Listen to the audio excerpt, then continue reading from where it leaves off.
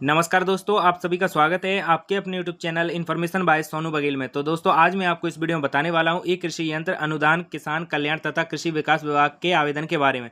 तो दोस्तों यदि आप कृषि यंत्र या सिंचाई उपकरण के लिए आवेदन करना चाहते हैं तो इसके लिए आपको सबसे पहले ई कृषि यंत्र की ऑफिशियल वेबसाइट पर आ जाना है। आने के बाद आपको यहाँ पर ऐसा डैशबोर्ड दिखाई देगा। अब यहाँ पर आपको दो ऑप्शन दिखाई देंगे, पहला कृषि यंत्र, दूसरा सिंचाई उपकरण। आप किस चीज़ के लिए आवेदन करना चाहते हैं उस पर आपको क्लिक करना है। तो दोस्तों यहाँ पर हम कृषि यंत्र के लिए बता रहे हैं, तो हम फर्स्ट वाले ऑप्शन पर क्लिक कर देंगे।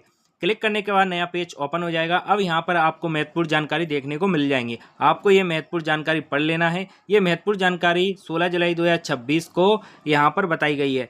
ई कृषि यंत्र अनुदान पोर्टल पर चयनित जिलों हेतु पेडी राइस ट्रांसप्लांटर राइडिंग टाइप पेडी राइस, यहाँ पर इतने सारे उपकरण बताए गए हैं। यहाँ पर इसके आवेदन 20 जुलाई 2026 से 28 जुलाई 2026 तक आमंत्रित किए जा रहे हैं। तो दोस्तों आप 28 जुलाई 2026 तक इसके आवेदन कर सकते हैं और इसकी लॉटरी की दिनांक 29 जुलाई 2026 को संपादित की जाएगी। यानी इसकी लॉटरी 29 जुलाई 2026 को निकाली जाएगी। उसमें आप पता कर सकते हैं कि आपका नाम आया है या नहीं। यदि दोस्तों आपका नाम आ जाता है तो आपको यहाँ पर डीडी कटवानी होगी। तो दोस्तों कृषि यंत्र पेडी राइस के लिए आपको यहाँ पर डीडी बनवाना होगा।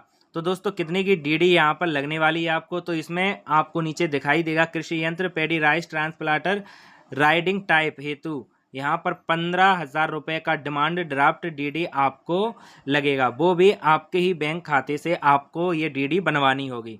इसके बाद दोस्तों दूसरे ऑप्शन पर आपको दिखाई देगा कृषि यंत्र पेडी राइस ट्रांसप्लांटर वॉक बिहाइंड। इसके लिए आपको 10,000 रुपये का डिमांड ड्राफ्ट डीडी कटवाना होगा।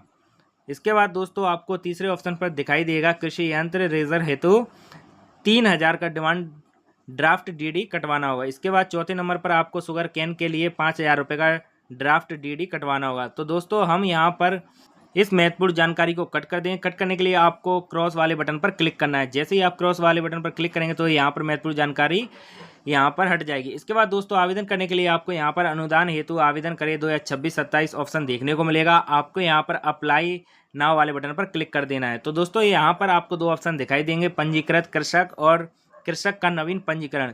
यदि दोस्तों कृषक का पहले से पंजीकरण है, उसने पंजीकरण करवा लिया, तो आपको फर्स्ट वाले ऑप्शन पर क्लिक रहने देना और यहाँ पर कृषक का आपको आधार नंबर फिल करना है। इसके बाद कैप्चा को फिल करना है। कैप्चा को फिल करने के बाद दोस्तों आपको नीचे ये बॉक्स दिखाई देगा, आपको इस चेक बॉक्स पर राइट क्लिक कर देना है। इसके बाद दोस्तों आधार सत्यापित करे वाले बटन पर आपको क्लिक कर देना है। तो दोस्तों आपके आधार कार्ड में जो भी मोबाइल नंबर लिंक होगा उस पर ओटीपी आएगा, उस ओटीपी को वेरीफाई करके आप यहाँ पर आगे बढ़ सकते हैं। यदि दोस्तों कृषक का नवीन पंजीकरण आपको करना है तो आपको सेकंड वाले ऑप्शन पर क्लिक करना है। यदि उस कृषक का पहले से पंजीकरण नहीं है तो हम यहाँ पर सेकंड वाले ऑप्शन पर क्लिक कर लेंगे। इसके बाद दोस्तों आपको उस कृषक का आधार नंबर यहाँ पर फिल करना है। इसके बाद दोस्तों आपको डिवाइस का चयन करना है। तो दोस्तों इसका आवेदन करने के लिए आपके पास मोरफो डिवाइस होनी चाहिए। यदि आपके पास मोरफो डिवाइस नहीं है तो आप इसका आवेदन नहीं कर पाएंगे। यहाँ पर आपको मोरफो L1 को सिलेक्ट करना है यदि आपके पास मोरफो L1 है तो।